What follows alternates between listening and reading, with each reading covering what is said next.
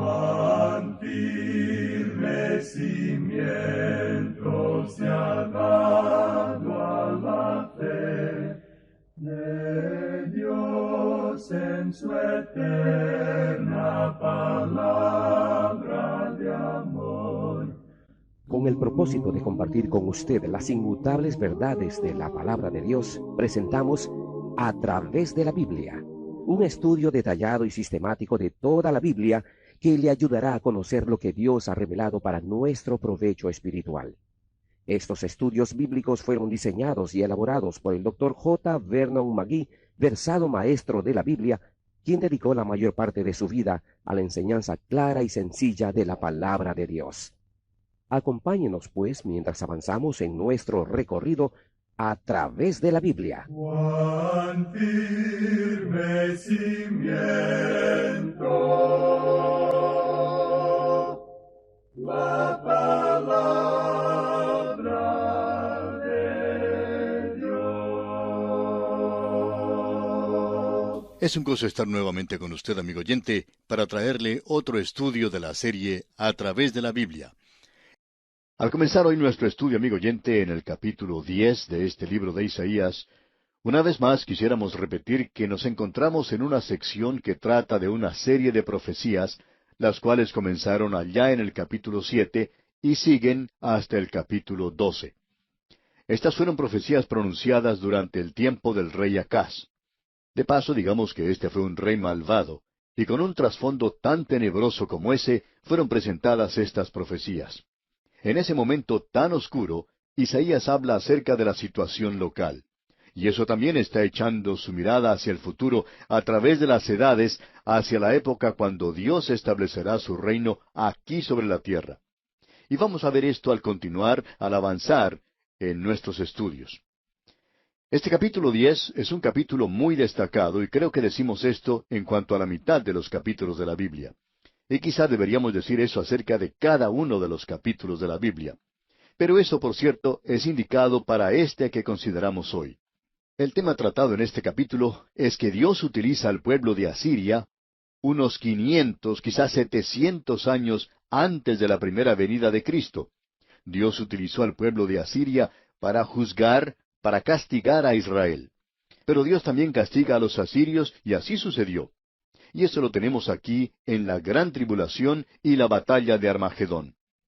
Se indica en este capítulo ciertos grandes principios y también programas gigantescos en los cuales Dios trata con el hombre y las naciones.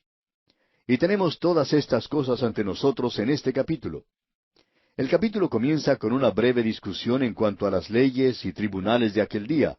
La justicia de los tribunales de las naciones se refleja en la cultura de la gente y en el castigo y disciplina de Dios. Veremos en este capítulo que los asirios son un símbolo y un tipo del futuro rey del norte que se levantará contra el pueblo de Emanuel. Eso en los últimos días. Esta profecía va más allá del inmediato futuro de los días de Isaías y se extiende hasta los últimos días de la nación de Israel. Isaías identifica ese período designándolo como aquel tiempo, que es a menudo equivalente al día del Señor. Este capítulo concluye con la terrible figura del enemigo del norte en la batalla de Armagedón. Como usted puede apreciar, este es un capítulo muy destacado. En los primeros 4 versículos tenemos que los jueces de Israel son injustos y que ellos serán juzgados o castigados por Dios. Escuche lo que dice el primer versículo de este capítulo 10. Ay de los que dictan leyes injustas y prescriben tiranía. Es decir, que dictan sentencias que son injustas. Debería estar representada la justicia, pero no lo estaban haciendo. Y prescriben tiranía. Ahora, al observar lo que dicen estos versículos aquí al comienzo de este capítulo, uno pensaría que en lugar de estar leyendo la Biblia, está leyendo a Platón o a algún moralista de ese período o posteriores. Porque están hablando acerca de justicia. Platón tenía mucho que decir en cuanto a eso. Una de las notables excepciones es que, por supuesto, detrás de la justicia humana está la justicia de Dios. El juez y el trono aquí en la tierra tienen que revelar la justicia de Dios y ellos son responsables ante Él. Notemos ahora lo que dice el versículo 2. Para apartar del juicio a los pobres y para quitar el derecho a los afligidos de mi pueblo, para despojar a las viudas y robar a los huérfanos. Lo que aquí se menciona es muy destacado y muy al día. Creemos que estamos viviendo esto desarrollándose en nuestra propia cultura contemporánea, debido a la condición en que se encuentran las cortes o los tribunales cuando tratan de hacer justicia. Ellos deberían reflejar la justicia de Dios, y cuando no lo hacen, abunda entonces la anarquía. La gente se hunde en la degradación. Esa idea que existe hoy de libertad no está siendo exagerada solamente un poquito. Hablando honradamente, amigo oyente, cada criminal que es detenido debería recibir un juicio justo y todo lo que merece. Pero, amigo oyente, para que mi esposa y mis hijos, para que toda mi familia pueda andar por las calles en paz, esa persona criminal tiene que ser castigada. Es culpable, y el juez, que puede tener un corazón tierno o puede estar un poquito tierno en la cabeza, deja que salga en libertad. Bueno, él no me está haciendo justicia a mí o a mi familia, ni a usted ni a los suyos. Estamos escuchando demasiado en cuanto a la justicia hoy. Eso es lo que precisamente queremos, y queremos que los criminales sean castigados, para que usted, amigo oyente, y yo podamos vivir sin peligro en nuestros hogares, para que la gente pueda andar por las calles sin ningún temor. Amigo oyente, es muy peligroso hoy, para las mujeres especialmente, salir a la calle de noche, y en muchos lugares ni siquiera los hombres pueden salir a la calle después de oscurecer. ¿Cuál es el problema? El problema está en los tribunales. Ahora ellos dicen o acusan a la policía de que ellos son los que tienen la culpa. Y quizás tengan algo de culpa, pero no lo creemos. Concedemos eso en caso de que tengan alguna razón. Pero insistimos, amigo oyente, insistimos en decir que el problema se encuentra en los tribunales hoy. Es interesante notar que allí es precisamente donde Dios pone su dedo. Y luego, mucho más interesante aún, es que Él habla acerca de los necesitados y de los pobres. Ellos son los que necesitan justicia. Es notable darse cuenta que cuando los políticos hablan, hay veces que indican que todos los programas que se ha inventado para ayudar a los pobres, lo que en realidad ha hecho es perjudicarlos. ¿Sabe usted qué es lo que anda mal allí? Hay solo una persona que puede tratar justamente al pobre, y esa persona es Dios. Él es el único que lo puede hacer. Cuando un juez aquí no siente que él está representando a Dios, entonces, personalmente, no creemos que esa persona sea un juez. En el día de hoy hay demasiados hombres sin Dios que están ocupando cargos de jueces. Y debo decir que ellos no se encuentran en una posición para juzgarme a mí hasta que ellos reconozcan que están representando a Dios. Creemos que esa es una de las cosas maravillosas acerca de los próceres de algunas naciones. Hay muchas personas que hoy hablan acerca del día cuando la gente creía, como por ejemplo Jefferson creía en los Estados Unidos. Bueno, Jefferson era un libre pensador, no hay ninguna duda en cuanto a eso, pero él tenía mucho respeto por la Biblia. Él era una persona que llamaríamos hoy, en nuestros círculos, un creyente. Pero amigo oyente, él tenía respeto por la palabra de Dios y por las declaraciones que allí se encontraban. Nos hemos apartado tanto hoy que nuestros tribunales y nuestros gobiernos ni siquiera reconocen a Dios. No es otra cosa que una farsa el que una persona ponga su mano sobre la Biblia y jure cuando se hace cargo de su posición. Casi podríamos decir que es algo cómico porque ni siquiera el juez cree en eso. Los abogados no creen y tampoco creen los miembros del jurado, y la persona que está prestando juramento tampoco cree. Y cuando usted no cree, pues uno puede jurar sobre cualquier otro libro y posiblemente ellos tengan más respeto que el que demuestran por la palabra de Dios. Amigo oyente, Dios está tratando aquí con principios, y hasta cuando el juez represente a Dios, Él no puede representar a la gente. Nos hemos apartado tanto de esto hoy que parecemos anticuados al hablar de este modo. Pero no nos damos por ofendidos si usted piensa así. Ahora el versículo 3 de este capítulo 10 dice, ¿Y qué haréis en el día del castigo? ¿A quién os acogeréis para que os ayude cuando venga de lejos el asolamiento? ¿En dónde dejaréis vuestra gloria? Dios está diciendo aquí que si usted está juzgando hoy, y usted le representa a Él, llegará el día cuando Él va a juzgar, y lo juzgará a usted también.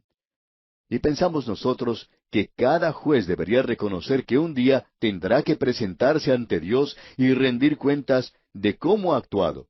de lo que él ha hecho en cuanto al puesto de responsabilidad que ha recibido.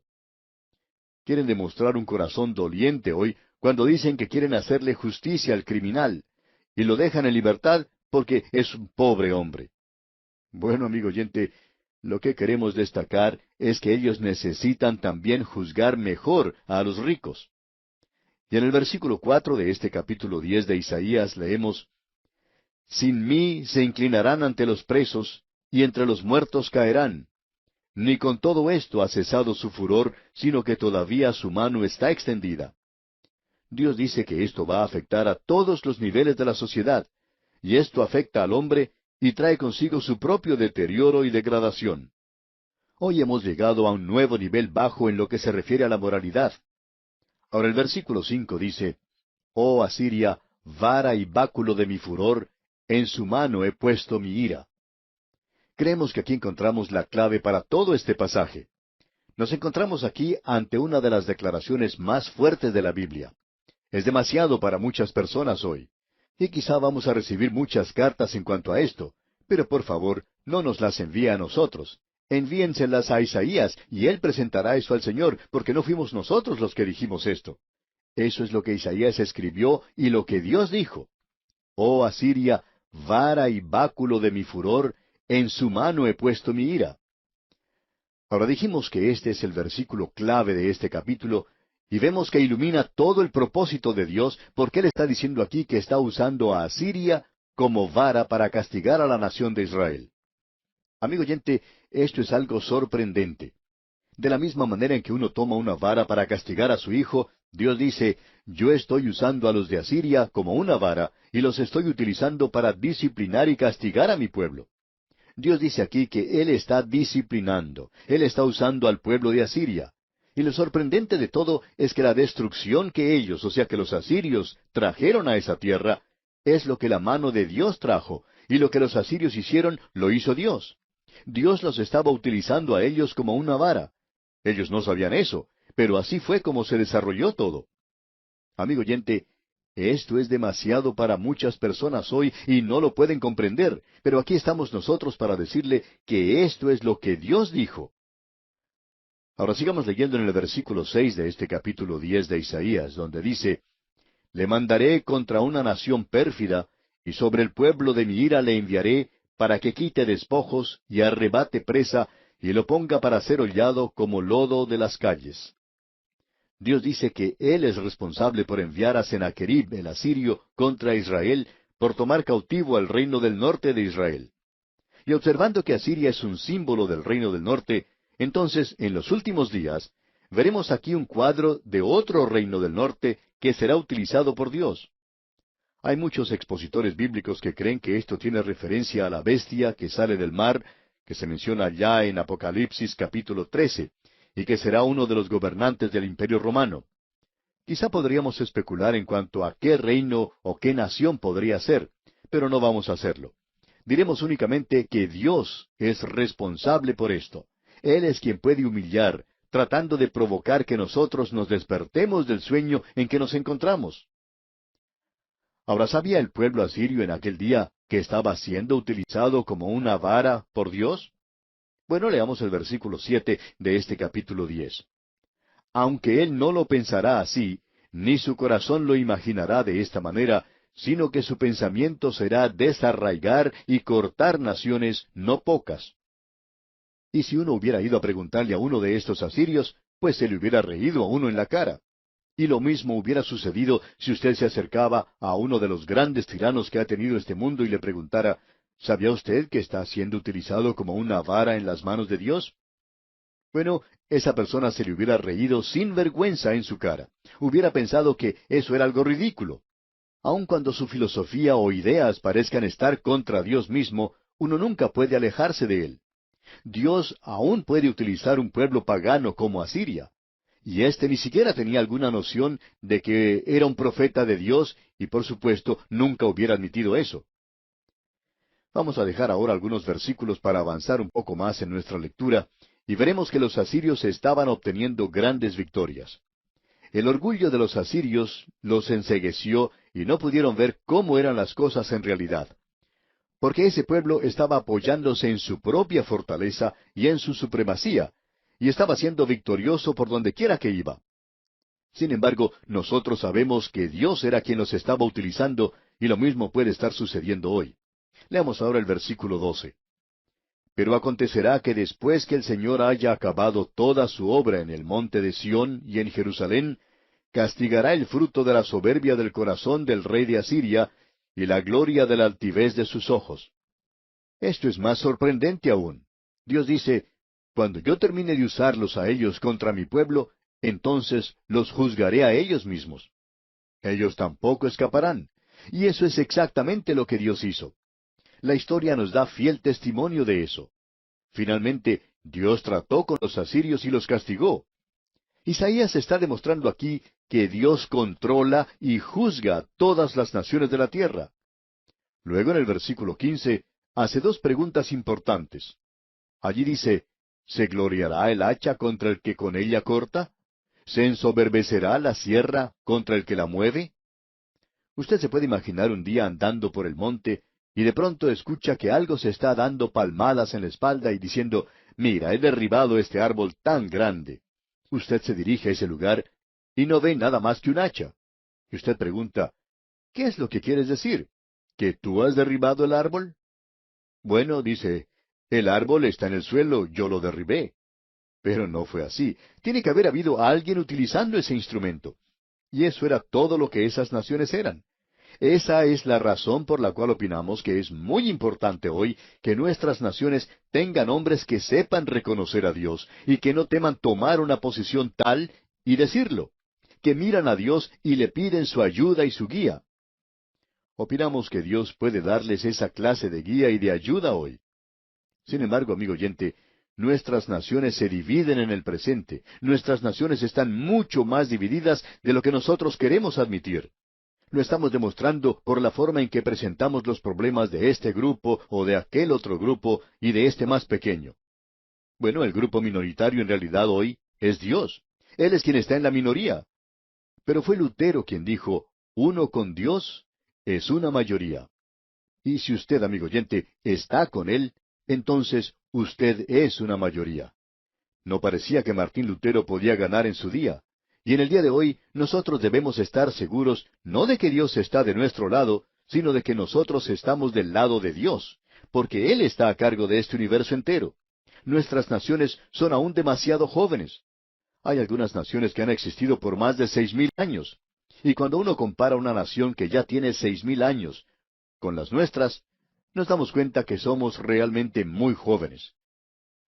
Ahora el versículo 20 de este capítulo 10 de Isaías dice, acontecerá en aquel tiempo que los que hayan quedado de Israel y los que hayan quedado de la casa de Jacob nunca más se apoyarán en el que los hirió, sino que se apoyarán con verdad en Jehová, el Santo de Israel. Opinamos que lo que aquí se dice va mucho más allá del día de la nación asiria, hasta llegar a estos últimos días, que será el período de la gran tribulación. Comenzando con el versículo 28, tenemos una de las secciones más destacadas de la profecía. No vamos a leer esto en detalle, pero nos da ciertas posiciones geográficas, todas ellas en el norte de Jerusalén. Y esto demuestra la ruta que el invasor del norte tomó en aquel día, y la ruta que aparentemente utilizará la tierra de Magog cuando se lance contra Israel en aquel último día. Esto es algo que se aclara bastante bien en los capítulos 38 y 39 de Ezequiel. Usted puede notar que se menciona en primer lugar a Ahat. Este es un lugar que se encuentra a unos 24 kilómetros al norte de Jerusalén. Migrón se encuentra al sur de Ahat, hacia Jerusalén. Allí se encuentra un despeñadero donde Jonatán logró una victoria sobre los filisteos. Y luego entonces tenemos a Geba y Ramá, a unos 10 kilómetros al norte de Jerusalén. Anatot se encuentra a unos 5 kilómetros, y ese es el lugar de donde procedía Jeremías. Y Lais se encuentra en el extremo norte de Palestina, en la tribu de Dan. Esta gente provenía de esa zona. Madmena era un basural al norte de Jerusalén. Jebín probablemente se encontraba al norte de Jerusalén, aunque el lugar exacto no es conocido. Y Nob, el último lugar mencionado, se encuentra al norte de Jerusalén y se puede observar desde la ciudad. Esto marca claramente el paso del enemigo. Ahora Dios dice en el versículo 33 de este capítulo 10 de Isaías, He aquí el Señor, Jehová de los ejércitos, desgajará el ramaje con violencia, y los árboles de gran altura serán cortados, y los altos serán humillados. Dios interviene y libera a su pueblo. Creemos que esta es una referencia a la segunda venida de Cristo a establecer su reino. Luego en el versículo final, el versículo 34 de este capítulo 10 de Isaías dice, Y cortará con hierro la espesura del bosque, y el Líbano caerá con estruendo. Y creemos que esa es la venida de Cristo a la tierra. Y aquí vamos a detenernos por hoy, amigo oyente. Dios mediante, comenzaremos el estudio del capítulo 11 de Isaías en nuestro próximo programa. Y como siempre lo hacemos, le sugerimos dar un repaso a este capítulo para estar al tanto de lo que consideraremos en nuestro próximo estudio.